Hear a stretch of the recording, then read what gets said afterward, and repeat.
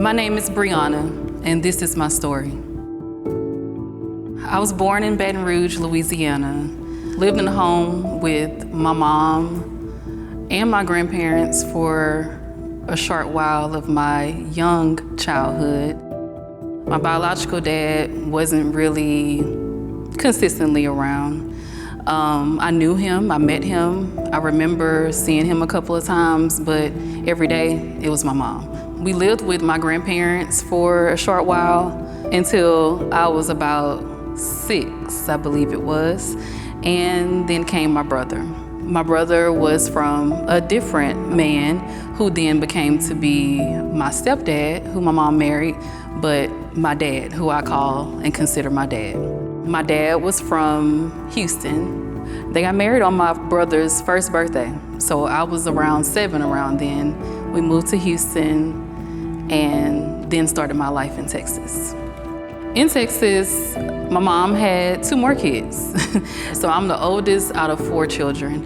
All of the younger siblings are 2 years apart, so they kind of grew up together. I kind of grew up ahead of them a little by myself. When we first moved to Houston, my mom did work, but at some point, I want to say around the 3rd child, she stopped working and she became a stay-at-home mom. My dad had a trucking company. She helped my dad build his business and she was his office manager. At some point, their relationship got to a place where it was kind of volatile. And at that point, life seemed to be a bit unstable for me because I grew up with my mom being very strict and very on me, like what they call a helicopter mom.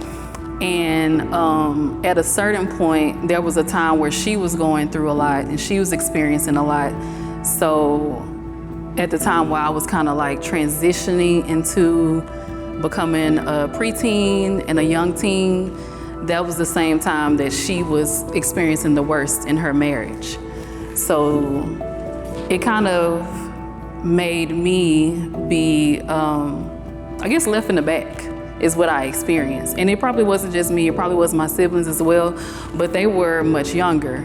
I think around that time is a time where you start to really figure out yourself as a young lady, as a young woman, and you're starting to become who you are.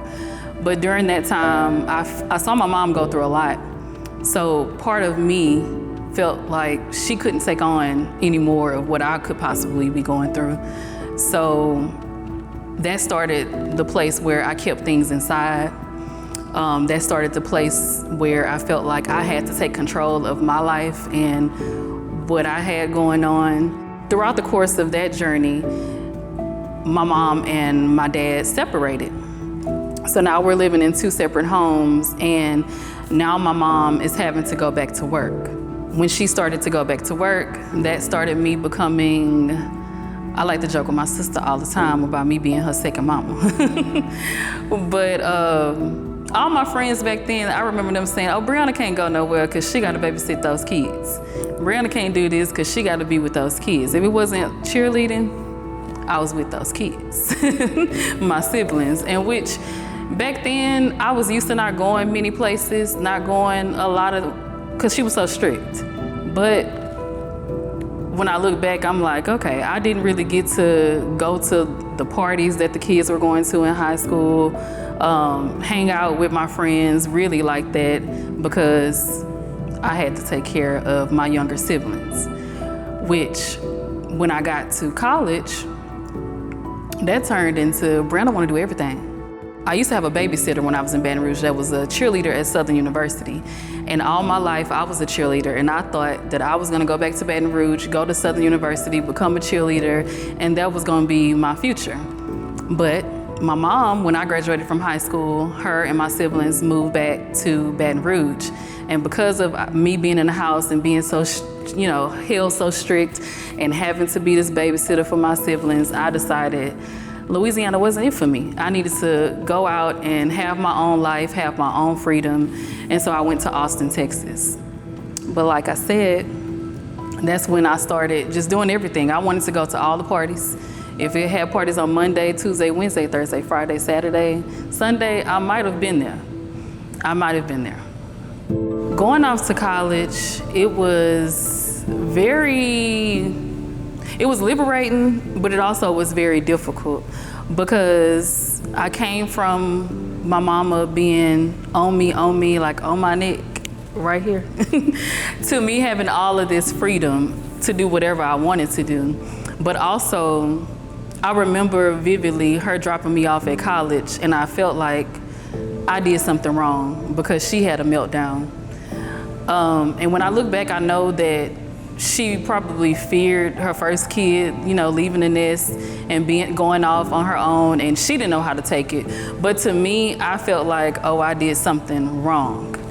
Also during that time, my parents had just got divorced, and I was left in a place where I felt like I didn't know where I belonged.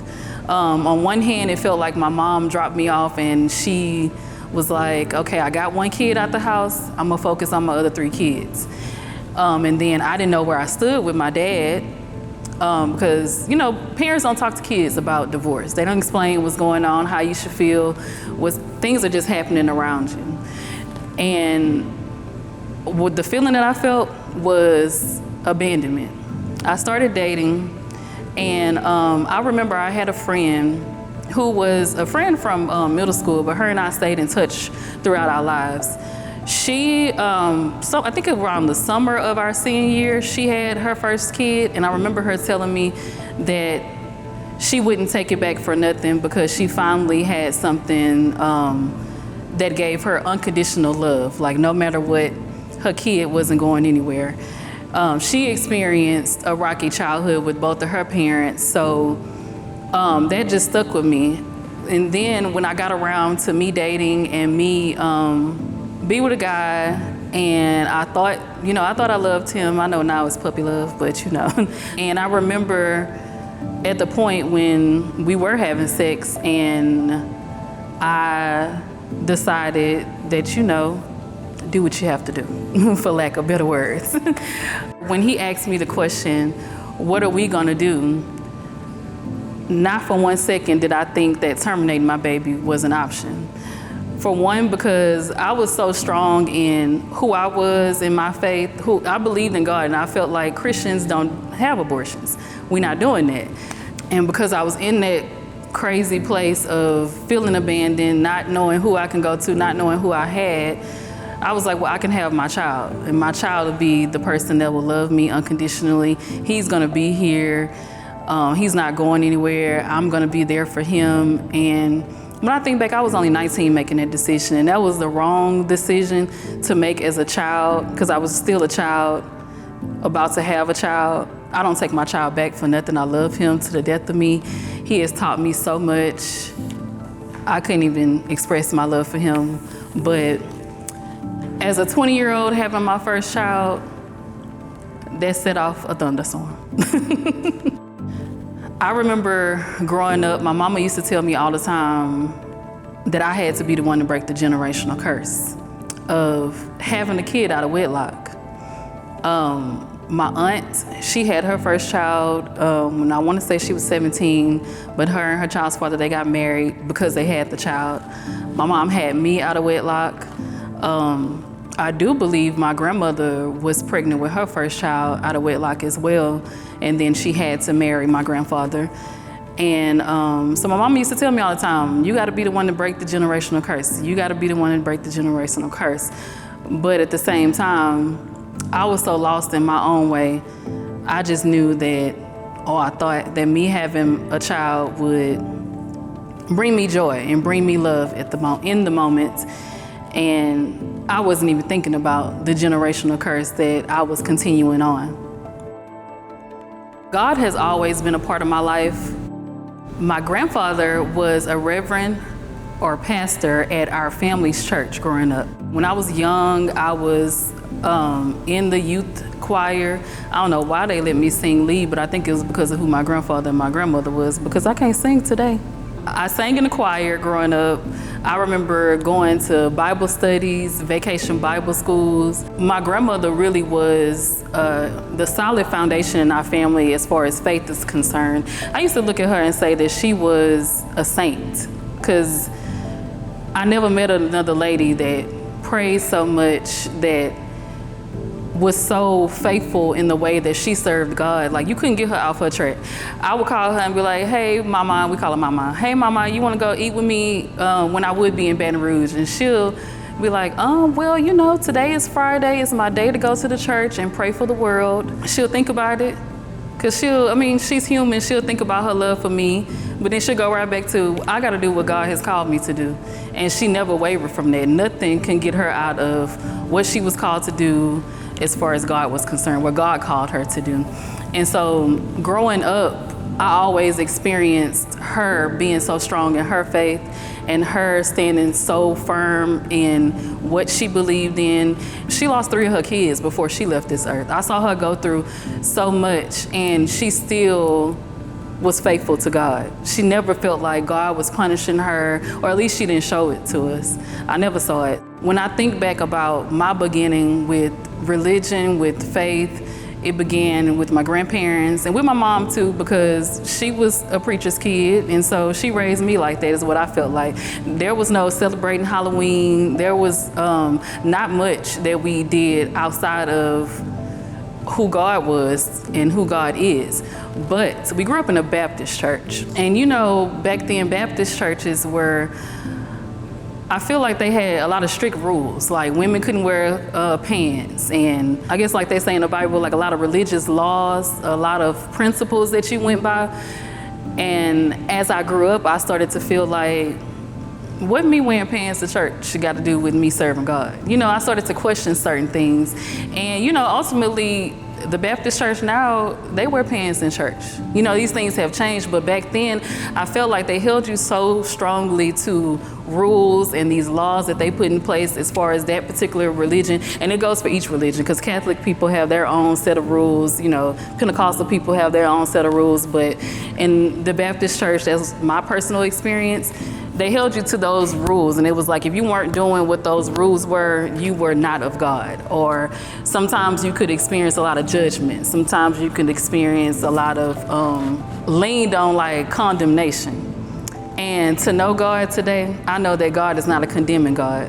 And I feel like that is something that has kind of struck my generation of people when it comes to church and how we experience church, what we view church to be, and church hurt.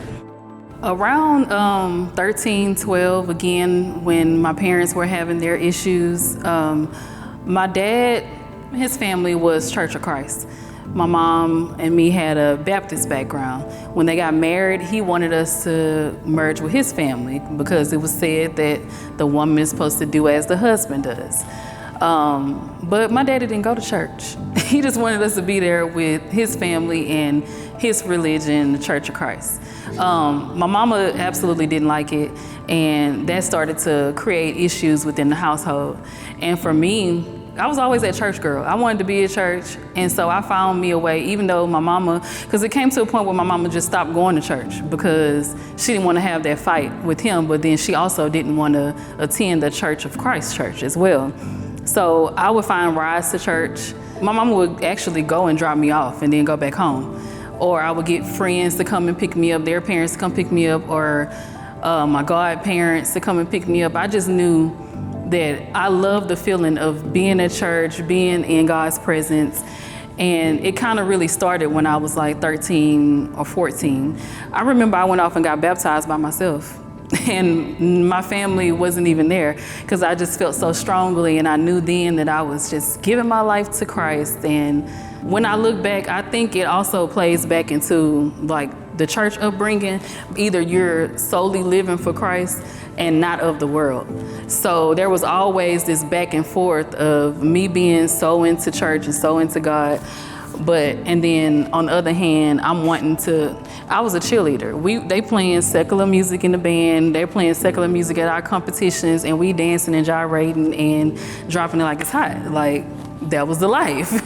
You know, we had school dances. I did go to the school dances, and you know, back that thing up I was coming up in the 99s and 2000s. You know, that's what I was doing. But then I would go to church on Sunday, and nobody around me made me feel like that was wrong. It seemed like that was the way. So that's the way that I learned.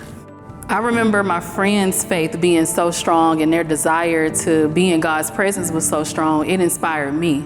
Before I had my child, I remember joining a church here in Houston, and that's when I started again on my faith walk. But then I had my kid and life started happening, and although I went through a lot of things, I never felt like God was doing something to me. I always felt like it was me. For we do not wrestle against flesh and blood, but against principalities, against powers, against the rulers of darkness of this age, against spiritual hosts of wickedness in the heavenly places. Ephesians 6:12.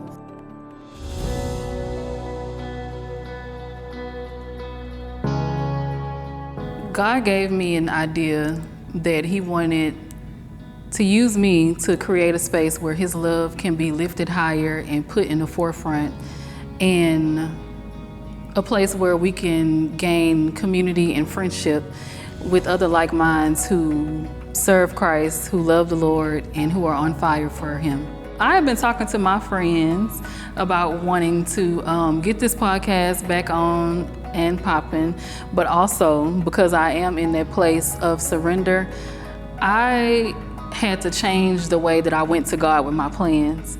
And so I stopped taking my plans to Him, and I would tell God to show me the plan that He has for my life. One day I got a message from somebody who I know of. I know him through someone, but I don't really know him like that. But he messaged me and told me he saw a video that I did sharing a dream that God gave me. He said that God had been communicating to him for some time to talk to me. But you know how we get in our own ways, and we're like, well, why I need to go talk to that person? Why I need to do that? You know, should I not? And that's the place that he was in.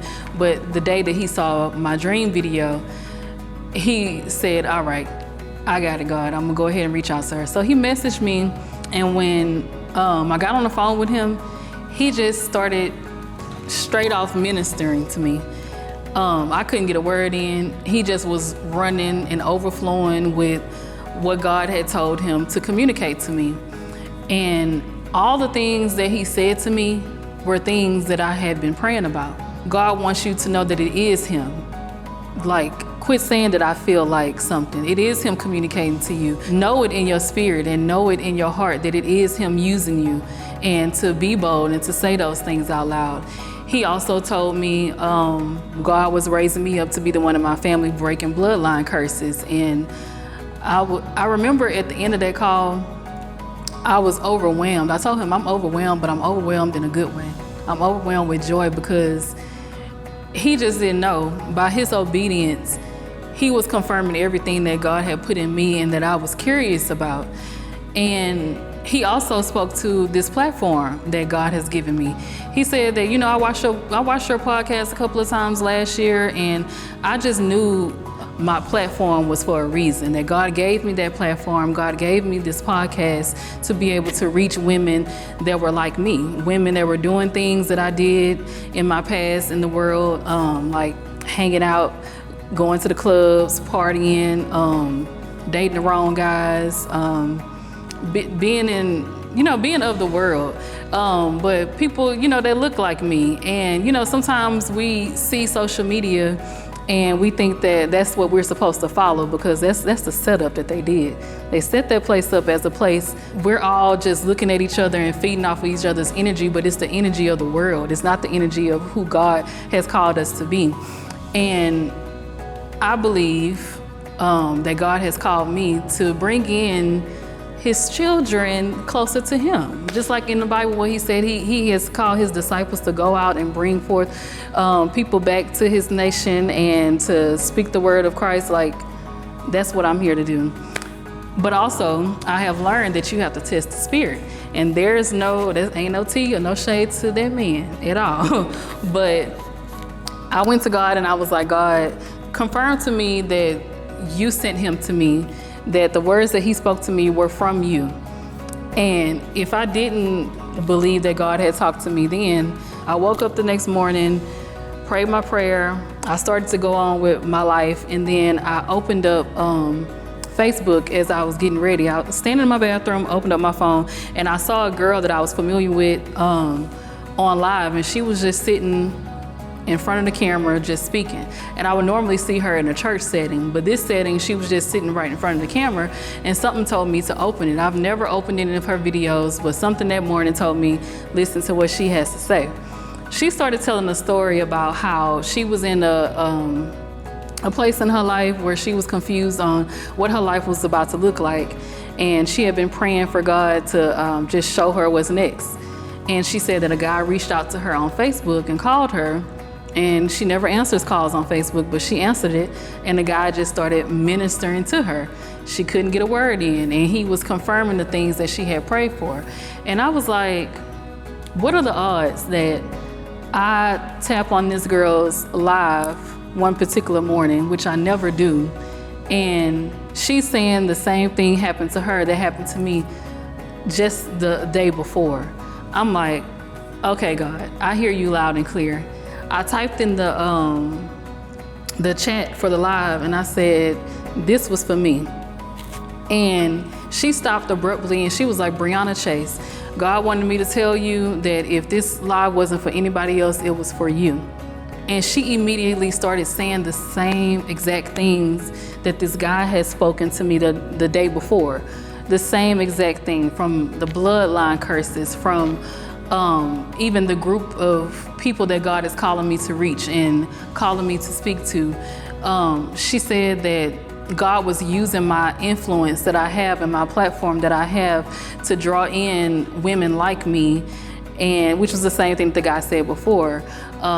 She spoke about me being in turmoil, or like in this place of back and forth for the last 3 years. I know that what I have been going through for the last 3 years is what brought me to this moment where I am now. I went through losing my dad, and during losing him, I lost faith in people. I had gone through so much disappointment with friends, with family, I never thought that I would experience before. And during that time, I got depressed. I started drinking heavily. I secluded myself in my house, and I was just really going through it. Until I got to a point to where I was like, okay, enough is enough, because if I keep going down this spiral, I probably would lose it all. And I started back getting into my word. I started speaking over my home, praying over my home, because whatever spirit that was over that house, I needed to get it up and out of there and bring myself back to life. But it really wasn't me bringing myself back to life. It was me getting in my word and God bringing me back to life. And he spoke to me one day loud and clear, and he told me that my expectations were in the wrong place. I had them in people, and they should have always been in him. And from that point on, that's what turned this whole trajectory around, because it was like a door had opened. And I'm like, this whole time, the love that I had been looking for from people, it was in God. Like, the things that I was missing, the type of parents that I thought I would have, I could go to him because he's my father. I would be pouring myself into people, ultimately in hopes of getting that same type of love back in return, but the only one that was able to give me that love is God. And so that's where my expectations should be, because we are to go to God with a heart of expectancy, because his promises are yes and amen. I want y'all to know that I am just in a place of obedience, and my heart is wide open for what God is wanting to do through me and where he is leading me. And I just thank him, because I remember praying and literally crying out to him about how close I wanted to be to him, like begging him to pull me in close to him. And the peace that I have now, I have never felt. The love and the joy that I feel now, I have never felt. And I just want anybody to know that feels like they are alone, or they feel like nobody loves them, like God truly does love you, and his love is enough. His love is enough. I just pray that you guys turn your heart to Christ and try Jesus. Give him a chance. because he ain't gonna fail you. He has not failed us. He has not failed me yet. He hasn't failed you yet. We just have to really open our eyes and get out of our own way. Surround yourself with people who are on the same walk with Christ as you are, because I remember being alone. I remember being in a season that I talked about when I lost my dad and I didn't have nobody. And so when I was down and out, I didn't have people that I could call to lift me up and to pray for me when I couldn't pray for myself, or to speak life into me when I couldn't speak life into myself. And I prayed that God would send me people who could do that for me, who could help me, uplift me, and who was rooted in God and who can give of his love to me. And it has been a game changer. I really truly believe that God has surrounded me with my destiny helpers.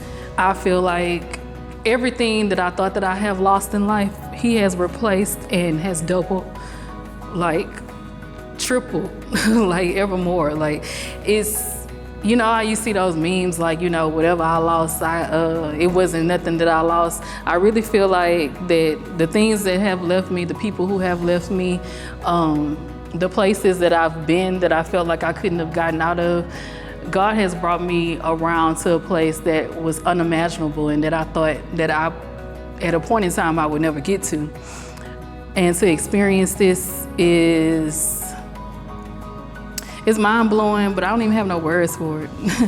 But I do think that it's important to have people around you who can pour into you and, you know, intercede for you and really, truly be there for you without judgment, without strife, and really love you. I get asked this question all the time about how do I know when I'm hearing God's voice? And my answer to everybody when they ask me that is to go to your word. Read the Bible. That's the place where you can learn who God is, learn about his character, how he shows up for you, how he speaks to you, how he uses you. So my answer is always to go back to the Bible, because I believe the Bible to be the complete truth and nothing but the truth. And that's where I learned the way that God communicated to me through my visions weren't just something that I was making up. So go to your word, read your Bible every day. I hope each week that you tune in that you see him and not me. My prayer every day is that he decreases me in my flesh and his spirit is built up through me, and that when you view my channel, I pray that you see God first and not this space in front of you. I pray that you hear him first and not my own words. This channel is for someone who's growing in their faith, because I'm doing the same thing. We're walking on this journey together. And we need each other. We need community. We need people around we can go to that can answer questions when we have questions, who can pray for us when we're in need, when we can't pray for ourselves sometimes, because there are those times. But this channel is for the woman who desires to be close to Christ, because that's right where I'm at. Bree, a year from now, it's only up from here. You've gotten this far, and there's no limit to where God can take you.